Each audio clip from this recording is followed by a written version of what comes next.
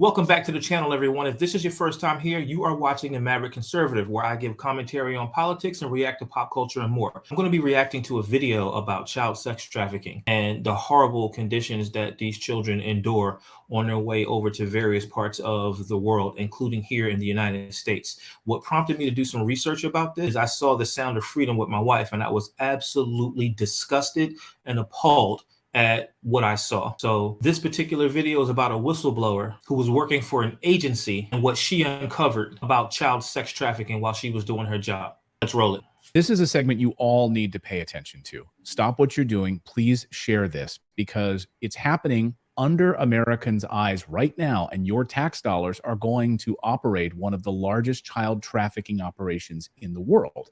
Child sex trafficking, child slavery in the United States is a multi-billion-dollar industry, and the government is facilitating it. I know it might be hard to swallow, but we have multiple whistleblowers here on this show exposing this, and we have one today. Deborah White is a former HHS whistleblower who watched this all unfold and learned how this operation is happening to this day. And Deborah, we'd love to welcome you to Redacted. Thank you so much for your bravery and shining a light on this horrific story. Thank you so much, Clayton. I appreciate you having me on and just providing a platform just to let the American people know exactly what's going on in the government. So thank you. So absolutely. So this is happening right now. Before we get into your story, how bad is it? Americans are sitting there going to their jobs, they're taking care of their families, putting food on the table. And I think most Americans can almost kind of compartmentalize this story. Like, this can't possibly be happening in the United States. Is it happening, and how bad is it? Yeah, Clayton, I was one of those Americans. When I signed up to go and help Health and Human Services, Office of Refugee Resettlement Program under the Administration for Children and Families, I had no idea. I mean, sure, I'm not totally ignorant that, bad people exist and they exploit, systems, things like that. But I would have never in my wildest dreams imagined that when I signed up to go help reunite children with their families, what I would actually uncover at the site that I was at. It's bad. It's rampant. So from my perspective, almost every single case that I was dealing with was a case of trafficking at the site. Now, I know that sounds crazy, but that's because the cases that were coming to me were actually the trouble cases. This is horrible just listening to this so far. I'm not going to say I was like her as far as being one of those Americans that didn't understand that trafficking existed. I mean, I had always heard of it. You hear things. It's always horrible when anyone is trafficked, but let alone a child. That this is just horrible. But I didn't know it was to the extent that she's about to unveil, from what I hear. I haven't seen this video yet, so I'm watching it right along with you. So because I guess to answer the question, it's really bad. It's really rampant. I was at one of maybe 15 sites that were operating in the summer of 2021 because of the influx of children that are coming across the border. And the reason there's such an influx is because, there's an entire trafficking network, that happens, in country. A majority of the kids that we were seeing were from Guatemala. And those children, the vast majority of them were being trafficked, labor trafficked into the country, other worse forms of trafficking as well, sex trafficking. But many of the cases that I came across were definitely labor trafficking. Children knew that they were coming to the United States to work, to pay back the debt that they owed to the cartel, and send money home. But this is the story that the traffickers paint for the picture they paint for these children, that they're going to have, this wonderful life and these opportunities that are just wonderful in the United States. And then when they come here, they don't realize they're actually slaves, and they're actually. I wonder how bad conditions have to be in the country that you're coming from for you, being a parent, and to send your child off with a stranger in hopes that they can make it to their destination, which would be here in America, and in the hopes that they could actually have a better life. And I don't know. I wonder, do these parents know, and the horrible circumstances that their children are about to face when they come to the United States through this method? Like, this is crazy. Actually forced to stay and work 7 days a week, at different locations. And so again, to just try to recap the question, it's rampant. It's happening across multiple sites. We were in touch with sites, in Pecos, Texas, Fort Bliss, Texas. I was in Pomona, California. That was the site that I was assigned to for 4 months. And so as I queried the system and the government system of record, which is the UAC portal, I found that, in a particular case, that we found the first case I found on the site, which was 2 children that were going to Bonita Springs, Florida, that the actual household member had about 16 other children. So I brought it to the attention of the administration there on site, and, they acted like 16 other children. Yes. I mean, an absolute red flag. These are not his children. Not his children. So once they figured out, how do you have neighbors and not know that 16 children in a household is not natural? I don't even think you can foster that many children in a place. I mean, you guys let me know in the comments, but I mean, that would have been a huge red flag for me if you think about yourself, 16 children in one house in your neighborhood, wherever you live at right now in the United States. Right? That wouldn't be a red flag to you? Somebody should have said something and called. I figured this out. They said, "Hey, well, how did you do this? How did you locate this?" I mean, the leadership there acted like they were extremely shocked, as if they'd never seen trafficking through their program, And so I showed them. I said, "Here's how I queried the system. Here's how I figured out this household member is actually attached to these, 6 different properties that have multiple children at each of these sites." And I noticed that some of the children that had aged out, maybe he had recruited those children, 2, 3, 4 years ago.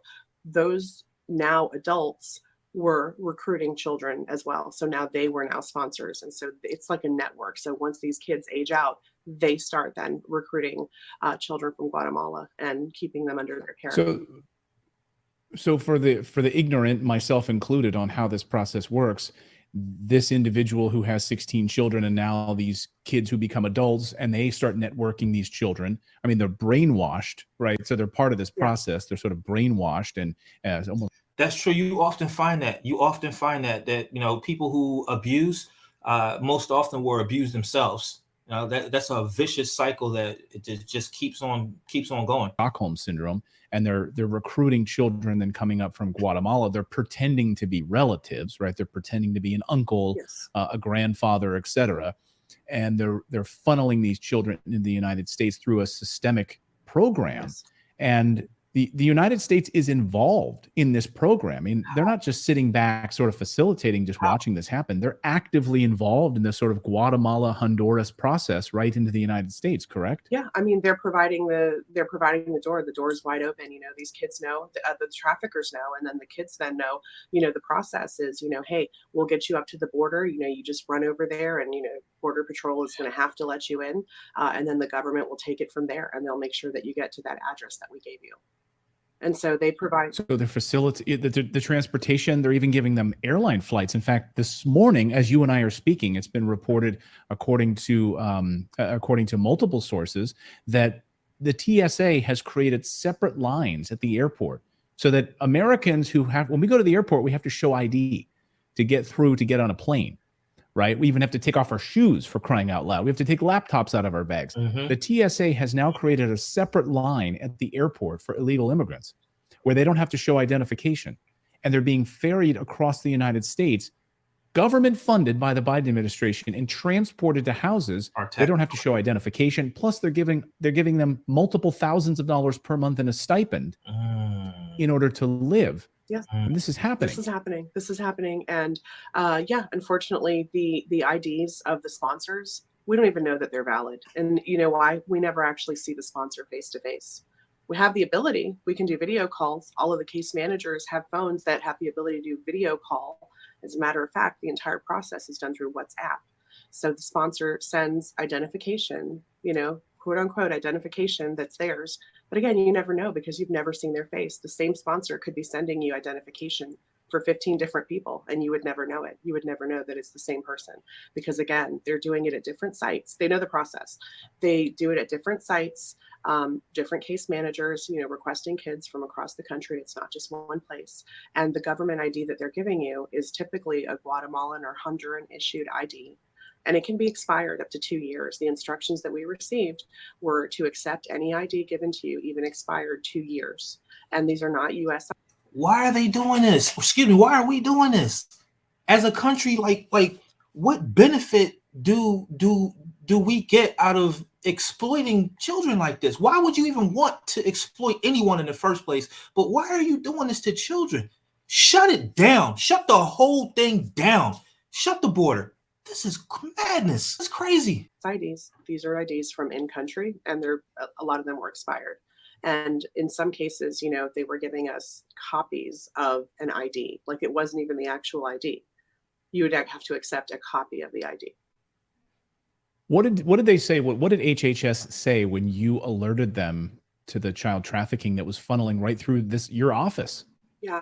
So, I mean, initially the leadership there said, "Oh, you know, we're shocked. Oh my gosh, what's going on?" You know, I mean, they acted like they'd never seen it, like they'd never seen trafficking through their program. And we know that they've been doing this for years and years. We know that there have been congressional hearings in 2015 and 2018 that have, you know, called out HHS, ORR program, Office of Refugee Resettlement program, to say, what's going on? We know that you're trafficking. You know, I think it was in 2015 or 2015, I believe, they found kids, you know, in Marion, Ohio, you know, that were living on egg farms. So they absolutely know that trafficking goes on through their program, but there's no training whatsoever to tell you how to. And where are these?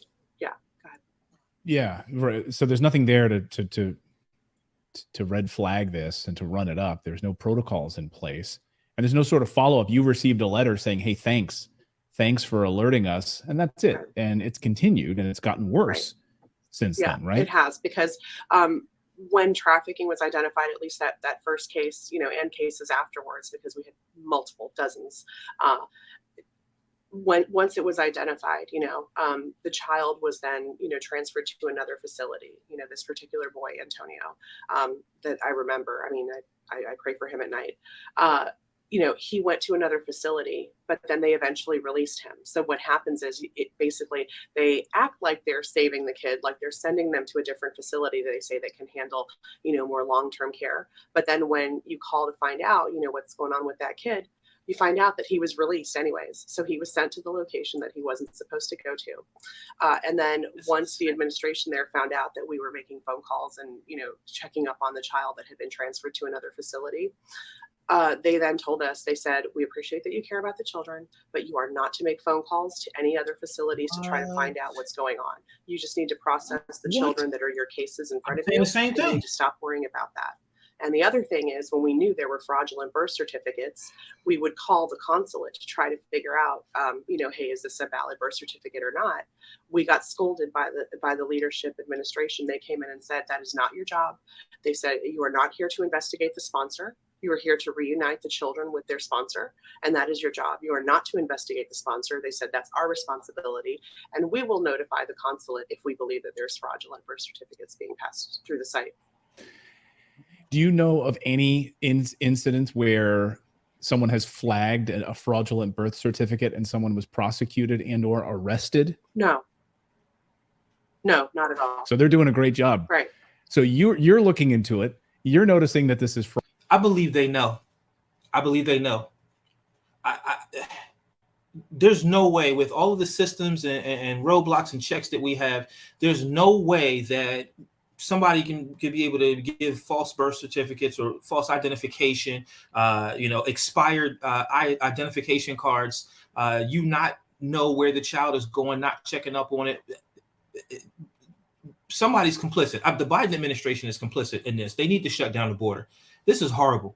I keep saying horrible. This is sick. There's only other words that are coming to mind right now, just thinking about, you know, this whole ordeal. Somebody knows that this is going on, and they're choosing to sit on their hands and not do anything about it, while these innocent children and men and women are being exploited by the coyotes over in Mexico to come to America.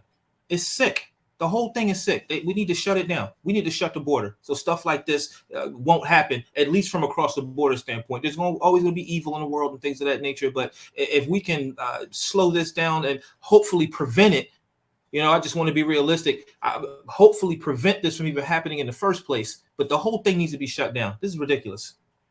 Fraudulent. Yes. You're calling up to find out the welfare and safety of these children, and you're scolded. Yes. Don't ask questions. No. Your job is done. That's right. That's right. The goal there was us to process the children within 10 to 14 days. And if we couldn't get it done in 10 to 14 days, then they would take the case from us and they would give it to a person that was on the strike team. The strike team, those would typically happen on Saturdays and Sundays when the case managers may not be on site. And then they would process the children. So this strike team member would then make sure that they got the child out of there within 24 to 48 hours because we were taking too long with the cases. So these children, they're in the United States. They're working at egg farms and chicken farms and strawberry farms, and they're being, it seems like forced child labor. This labor is in incredible demand. That's why it's such a multi-billion-dollar a year industry. It seems like the Biden administration wants to keep these borders open and flowing because this labor is so incredibly important to these companies and these businesses. They're all friends of the Biden administration. They're big donors to the Democratic Party, et cetera, and frankly, to the Republican Party. That's why under multiple administrations, nothing seems to happen here. That these borders are wide open and these children are being put into slavery positions in the United States so that cheap labor can flourish. Am I wrong? That's absolutely correct. That's it's modern day slavery. Modern day slavery. These children are enslaved, and they're in factories. They're, there's one case in Virginia. I think it was a Tyson. I don't want to say the wrong company, but it was a chicken farm, and the child had his arm severed off. From the shoulder down, severed off in a machine. Thankfully, he was medevaced. And they asked, how old is this worker, and everyone was really, shocked. I think this was the New York Times that did a piece on this. And, they had to say, hey, he was 15 or 16 years old. And, but nothing happens. I mean, the plants continue to operate with children. It's just a travesty, but there is a demand, and that's why it keeps happening. And that's why they don't shut the border down, because if you shut down the border, there's no more border problem, but they won't.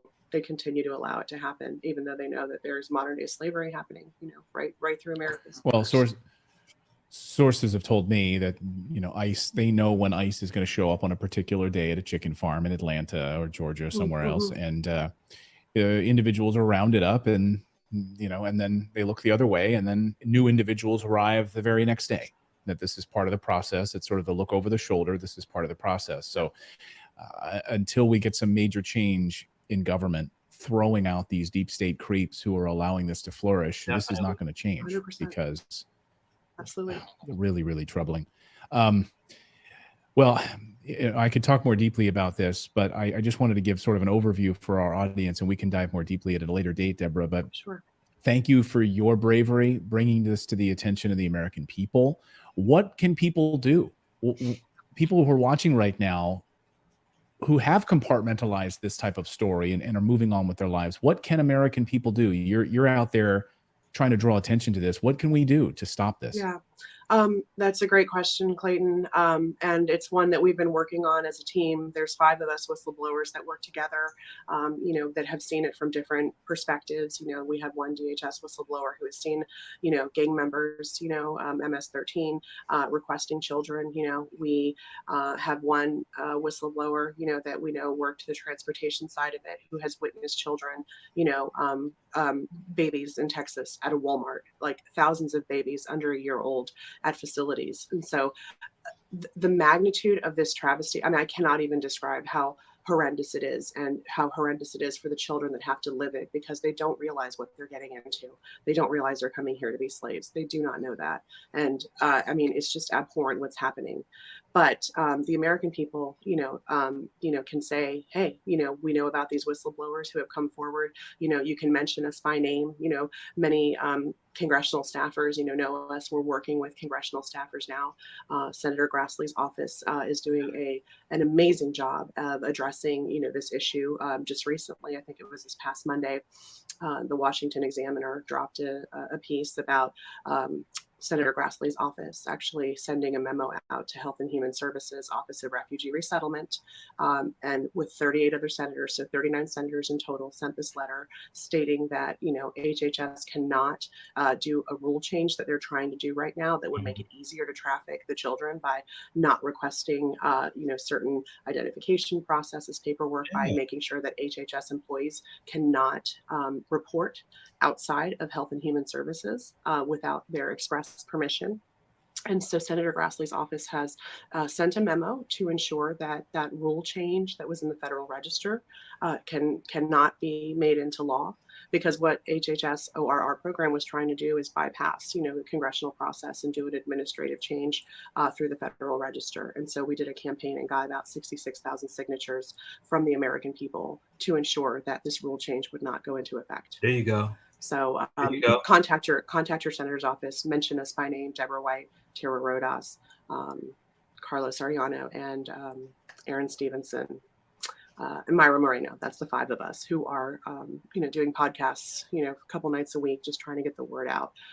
So please contact your senators and let them know that, Thank you. You won't stand for this, and you will not stand by and just have your taxpayer dollars go towards government-sponsored trafficking. Yeah, please share this interview. Take this YouTube clip, this Rumble clip, and just share it with your member of Congress and tell them to watch this right now. So, Deborah, we thank you for your bravery in this. We thank you for everything you're doing to get the word out about this and all the work and messaging. I know it's an uphill battle, especially when you've got big tech censorship that's really suppressing this story as much as they can. They don't like it. We saw that with the movie The Sound of Freedom. We saw the suppression about this story. They make a lot of money off of child trafficking, and they do not want us exposing it. Deborah, thank you for your work on this. Thank you. Thank you, God. All right, family, you just got finished watching that. I want to say shout out to Clayton Morris and his channel Redacted on YouTube. Make sure you guys go ahead and head on over to his channel. This was his original content that I'm actually reacting to. He does an excellent job interviewing this woman. I cannot remember her name. Unfortunately, you guys let me know in the comments. But I'm going to make sure I leave a link to this full video so you can listen to it again without my commentary and reaction. But, make sure you follow up on this, pay attention, keep your eyes open in your neighborhood. 16 children in one house and no one said anything. Unbelievable. Really, really hard to understand and believe. If you enjoyed this reaction and you want to see more content like it, make sure you like this video, comment on this video, and most importantly, share this video. It's the only way that I know that we can force YouTube's algorithm to get information in the hands of other like-minded individuals. So until I see you on the next video, I am gone.